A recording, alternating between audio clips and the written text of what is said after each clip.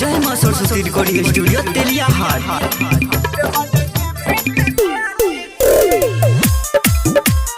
DJ Vikas Simrahi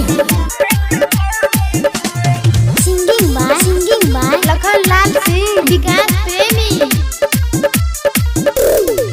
अभी गलई भौजी फागुन के दिन है, ऐसे न हुआ भौजी देवर से भिन्न है। आए हाय अभी गलई भौजी फागुन के दिन है, ऐसे न हुआ भौजी देवर से भिन्न है। भैया लगई ना पीछा से रंगवा, हमें लगई बाया गाड़ी से।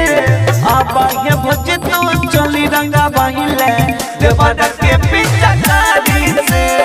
अब हे भौजी तनी चोली रंग बाइले, देवर के पीछा कहारी से। Mix by Rahul Raj.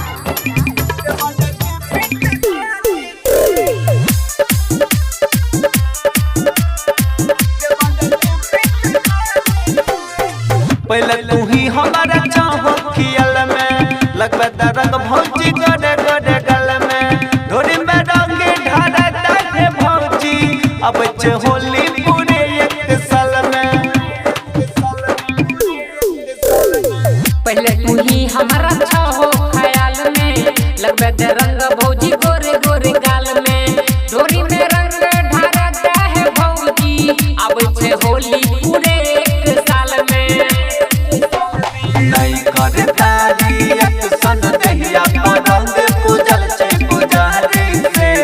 अब ये भौजी तू चली रंगा बहिले, देवर के पीछा गाड़ी से। अब हे भौजी तनी चोली रंग बाइले, देवर के पीछा कहारी से। जय मां सरस्वती रिकॉर्डिंग स्टूडियो तेलिया हाट।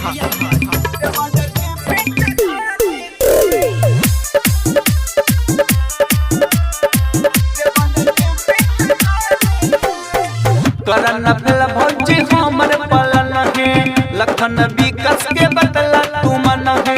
रंगवा लगा के देवा हम बच रहे, बेसी नहीं करबा तोरा परसन है। करन फैल भौजी हमर पलन है, रोशन हीरा के बदले तू मन है। रंगवा लगा के देवा हम छोड़ है, बेसी नहीं करबा तोरा परेशान है। राइटर सबसे सिकंदर देहिया गोला करता गुलारी से। अब ये भौजी तू चली रंगा बहिले, देवर के पीछा गाड़ी से। अब हे भौजी तनी चोली रंग बाइले, देवर